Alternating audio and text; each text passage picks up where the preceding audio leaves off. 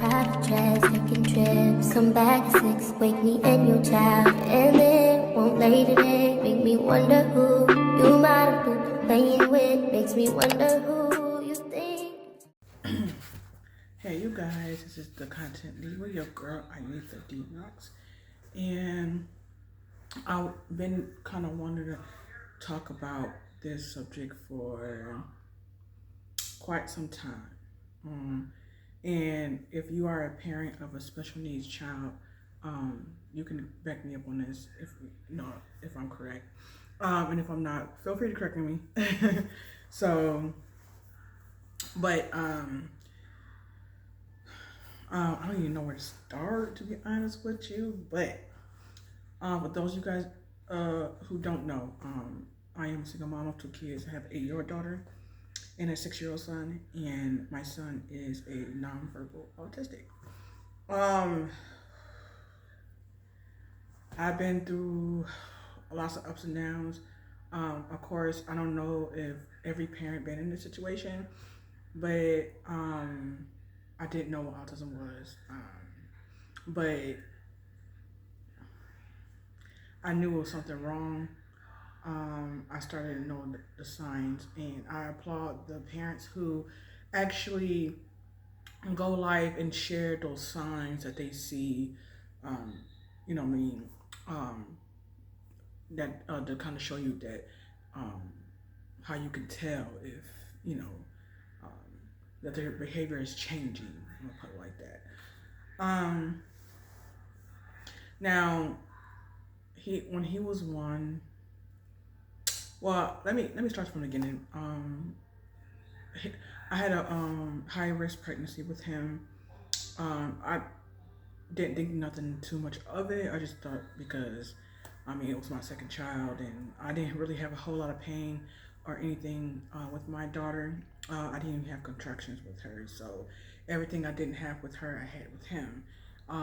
So I was in a lot of pain. I barely could breathe.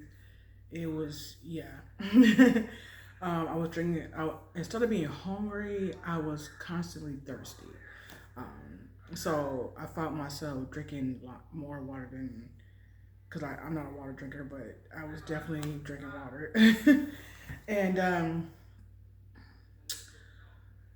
when he was 1, he was a type of boy a kid, I'm just gonna say kid, that mimic you. So if you are sitting in front of him and you say your ABCs, he would try to say, after you. He didn't really quite clearly say it, but you knew what he was trying to do. And he would clap his hands in rhythm, like right along as he was saying it. But I didn't think nothing of it because, like I said, his development was on time. Up until he was 1. And then he turned 2. That's when his behavior started changing. I noticed that he would scream a lot. He was hitting himself more. I didn't really know where it was coming from. At first, I thought it was a terrible tooth because I hear a lot of parents, kind of describe what they go through the terrible tooth with their kids. So I'm thinking it was part of that. I didn't think that he was going through something. But yeah, it started with him hitting himself. I noticed that he started hitting himself more when he was frustrated. At that point, he wasn't saying nothing at all. He would make a bunch of noises, but words and responding to you, that was out the window. And it got to the point, as far as the hitting himself, it got to the point where he would use the wall, whatever was around him, to kind of help him hit himself. And of course, I got concerned with him damaging his head. So at that point, I knew something was wrong, but like I said, I just thought it was the terrible tooth. That I didn't really think anything else. So I just kind of like, oh, you know what, he's acting out. Yeah, he's a boy, like. But then Then it got worse because his behavior started getting out of control. He didn't really like playing with others. You couldn't even pick him up. He didn't. It didn't matter if he was a grandma, uncle, cousin. He didn't really care. At times, I couldn't pick him up, as his mother. So he just kind of isolated himself. And at that point, I was like, you know what? I don't believe something's wrong, but it doesn't hurt to ask. So I did take him to the doctor. I explained to his doctors my concern, and um, they did a test. It was about that meeting was about 5 hours long. I didn't want to be there that long, but I'm glad the doctor accurately, took the time to actually absorb what was going on. So I applaud the doctor for actually, he didn't want to leave until he figured out, like until he was absolutely sure. And then I appreciate him because he also told me after he was done to get a second opinion. So I applaud that doctor for doing that. I did eventually go and get a second opinion, and they both came back with him having autism. Now, part of the meeting was they did do some blood work on him. Um, and stuff like that. So after all the tests and the meetings and stuff, both doctors did say that he was on a spectrum. At first, they were saying that his development was behind, but because his behavior kept changing more into autism, they eventually diagnosed him with autism. Um, so yeah, after I got the diagnosis, now being a single mom, of course I had to do my research because I didn't know what autism was, what I was dealing with, nothing like that. So, and I wanted to raise my son the best of my ability, the best I could. Um, so after I done my research and I talked, and the main thing I did was talk to other parents that was going through what I was about to go through at that time, and I'm glad I got supportive, people. And like I said, I applaud the parents that are actually going live and telling parents like what they go through, the signs to look for. I applaud you guys for that because these are something that I needed to know at that time. Because now that I go back to those videos where they were explaining the signs, I can honestly say those signs in my son were definitely there. Um, so yeah, I applaud. Like I said, I want to thank those parents that take their time out the day to inform other parents. Um, now, his behavior was, like I said, it was bad. So, of course, me being a single mom was hard for me. There's nights where I didn't get no sleep. He was the type that didn't sleep at night. He'll be up at 2, 3 o'clock in the morning. Sometimes he don't go down to 6 a.m. the next, that morning. So it was a lot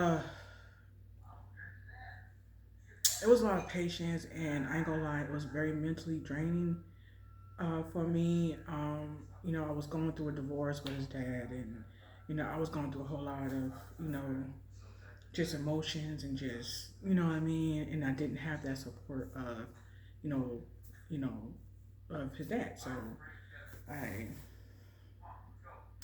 yeah, I had to figure it out on my own. I had to calm myself down. It took a lot of, like I said, it took a lot of talking to people. It took a lot of research. It took a lot of patience. I think that's the main thing. Patience, patience, patience, patience. Why? But the main thing I want to talk to you about, of course, knowing what I know and raising him up into this night, he's 6 now. He has come a long way. Um, I did have trouble getting him in school, because of his behavior and stuff like that. So um, I was constantly bouncing around, and because I was searching school hunting, I could not work because he was still home. And if you are a parent like me, you don't really trust a whole lot of people with your child, especially knowing what I know about my son. I didn't really have that trust in strangers or babysitters or whatever you call it. Um, to watch my son because not everybody, it's not something for everybody. Not everybody's used to dealing with that.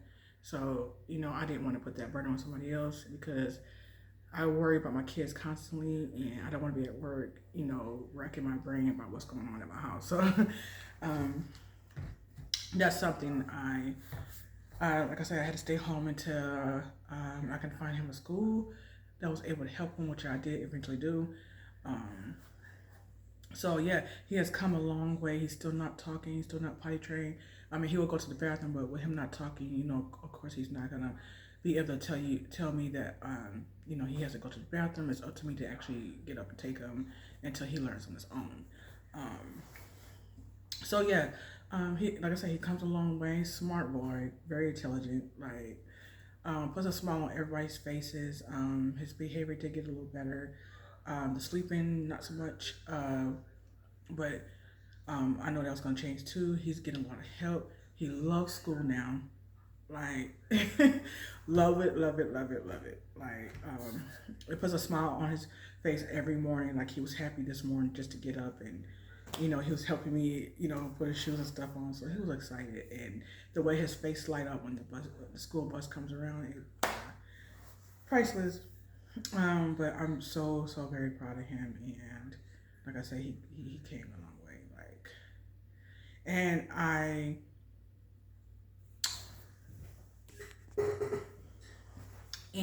sorry, I was getting a call. And so yeah, like I said, I'm very proud of him.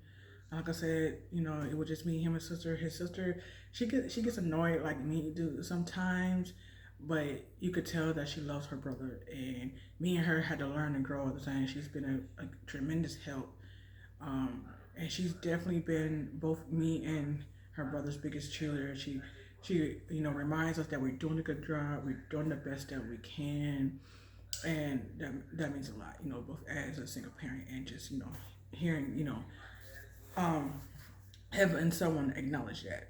So now I want to talk about the stuff that you go through with your parents and your family and friends. Of course, like I said, not everybody understands autism and stuff. And what I hear a lot is, oh, my friend has a special needs child. I used to babysit my niece. And okay, so babysitting somebody with special needs does not mean that you know what parents go through on a day-to-day basis. Because one thing about babysitting, you can give them back. You eventually give them back to their parents. This is not something that you're dealing with on a day-to-day basis. And it also does not mean, in my opinion, that you know what that parent, whoever child is going through on a day-to-day basis. Um, and the reason why I say that, because there's some parents out here, and back me up on this, um, um,